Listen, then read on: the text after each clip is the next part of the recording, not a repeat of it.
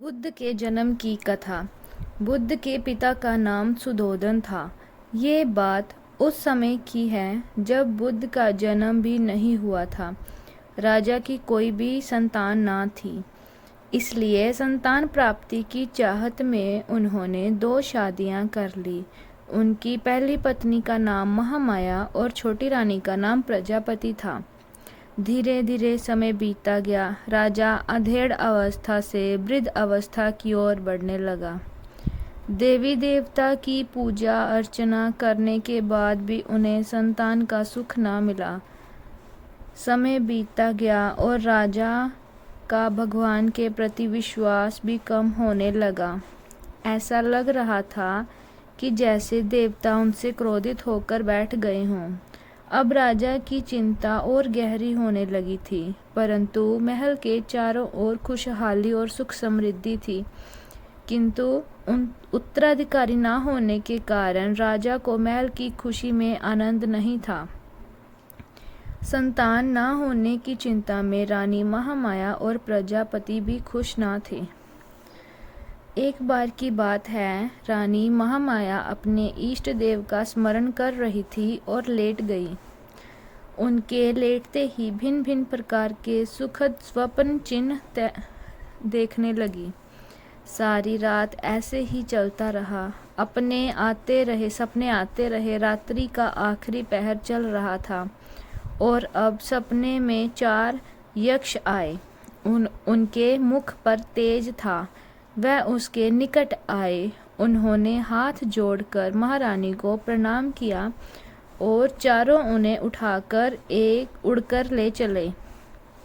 जिस वायुमंडल से वह रानी को लेकर उड़ रहे थे, वहाँ बहुत अच्छी सुगंध फैली हुई थी। इस भीनी भीनी सुगंध ने रानी महामाया को प्रफुल्लित कर दिया। यक्षों ने रानी को ले जाकर एक सर्वोन्नत पर्वत के शिखर पर जाकर बैठा दिया। वहाँ एक अति सुंदर आसन बना हुआ था। रानी उस आसन पर लेट गई, पर उस आसन पर लेटने से रानी को बड़ा आंतरिक सुख मिला। रानी महामाया का तन मन प्रसन्नता से झूम रहा था। इसी बीच स्वर्णलोक से अप्सराएं एक एक करके प्रकट होने लगी। उन्होंने शीश झुकाकर रानी को प्रणाम किया। एक अप्सरा बोली, रानी, आपके स्नान का समय हो रहा है। रानी कुछ ना बोली और उठकर उनके पीछे चल पड़ी। वह सभी मंगल गीत गाती हुई रानी को लेकर एक सरोवर में पहुंची। सरोवर भी अति सुंदर था और उसमें श्वेत कमल स्वाभिमान थे। अप्सराओं ने रानी को ले जाकर सरोवर के मध्य खड़ा कर दिया और मल मल कर स्नान कराने लगी। सरोवर का जल पड़ते ही उनकी काया कंचन जैसी हो गई। इस दिव्य जल के स्नान से रानी भी अप्सराओं की तरह दिव्य सुंदर हो गई। शरीर पर एक भी झुर्री ना रही, सब मिट चुकी थी। ऐसा लग रहा था कि रानी के जवानी के दिन फिर से वापस आ गए। उनका मन भी एकदम शांत था। इसके पश्चात उन्होंने रानी को अति सुंदर वस्त्र पहनाए और आभूषणों से उनका श्रृंगार किया। इसके पश्चात वह रानी को एक सफ़ेद महल में ले गई। अलग अलग प्रकार से उनका स्वागत किया। एक अप्सरा अपने हाथों में दिव्य भोजन का थाल लेकर प्रकट हुई। उस भोजन से बहुत अच्छी सुगंध आ रही थी। जब रानी ने भोजन ग्रहण किया तो उसका तन मन आनंदित हो उठा। दिव्य भोजन खिलाने के बाद वह अप्सराएं रानी को दूसरे कक्ष में ले गई। उस कक्ष में पुष्प सेज सजी हुई थी। अप्सराओं के कहने पर रानी उस सेज पर विश्राम करने लगी। उस सेज के सामने ही रानी को एक स्वर्ण शैल पर एक मंडराता हुआ सुंदर सफ़ेद हाथी दिखा।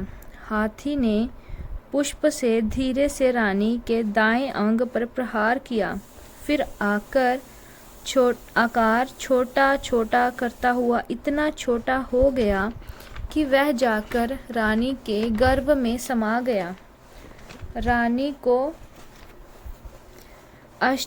रानी ने आश्चर्य से आंख खोल दी। बड़ा ही आश्चर्यचकित स्वप्न था, परंतु रानी खुश भी थी। जब राज ज्योतिषी बुलाए गए तो उन्होंने स्वप्न का फल बताया कि उनके घर एक यशस्वी पुत्र पैदा होगा। तो राजा की प्रसन्नता की कोई सीमा ना रही। राज ज्योतिषी की घोषणा ने राजमहल पर छाया सन्नाटा समेट लिया था। ज्यों-ज्यों रानी महामाया का गर्भकाल का समय बढ़ता जा रहा था, त्यों-त्यों महल की खुशी की सीमा बढ़ती जा रही थी। परंतु पौराणिक परंपराओं के अनुसार रानी पहले शिशु को अपने मायके में जाकर जन्म देती थी। इसे अत्यंत शुभ माना जाता था, इसलिए रानी महामाया को उनके मायके में भेजने की व्यवस्था की गई। राजा की आज्ञा के अनुसार एक रथ को फूल, मणियों और मोती मालाओं से सुसज्जित किया गया। इस रथ में रानी की दासियां और प्रचारिका भी बैठी हुई थी। रथ के आगे आगे घुड़सवार सैनिक चले और पीछे भी घुड़सवार सैनिक चल रहे थे। सारी व्यवस्थाएं इस प्रकार की गई कि रानी को यात्रा के दौरान किसी भी चीज की जरूरत और कष्ट ना हो। काफिला धीरे धीरे बढ़ता जा रहा था। जब लुम्बिनी वन में पहुंचे तो रानी को प्रसव पीड़ा होने लगी और धीरे धीरे बढ़ती चली गई। प्रचारिकाओं के कहने पर एक उचित स्थान देखकर रथ रोकने का आदेश दे दिया गया। बैसाख मास की पूर्णिमा थी। आकाश में पूर्ण चांद चमक रहा था। लुम्बिनी वन का दृश्य बहुत ही मनमोहक था।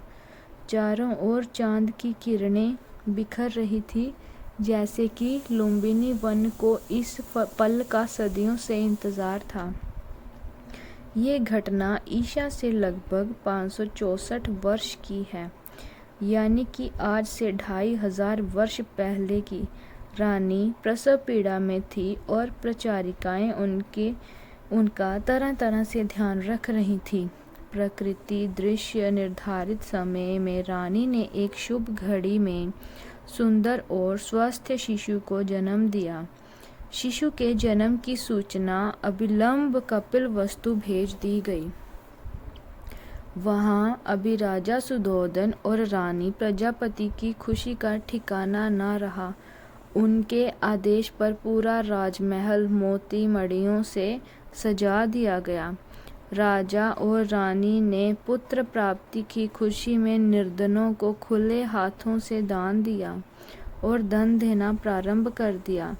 राजा ने अपनी प्रिय पत्नी महामाया और नवजात शिशु को लुम्बिनी वन से वापस महल बुला लिया। उनका बड़े हर्ष और उत्साह से स्वागत किया गया। एक दिन ऋषि दरबार में पधारे। राजा सुधोधन ने उनका स्वागत किया और नवजात शिशु को आशीर्वाद देने का आग्रह किया। ऋषि बोले, आपका पुत्र का जीवन बहुत ही उज्जवल प्रतीत होता है। ये आपकी आस्था का फल है। राजा, आप कृपया मेरे पुत्र को आशीर्वाद दीजिए। ऋषि, राजन, यह पुत्र आगे चलकर आपके वंश का नाम विश्व भर में फैला देगा और किसी के आशीर्वाद की जरूरत नहीं इसे, बल्कि संसार को इसके आशीर्वाद की आवश्यकता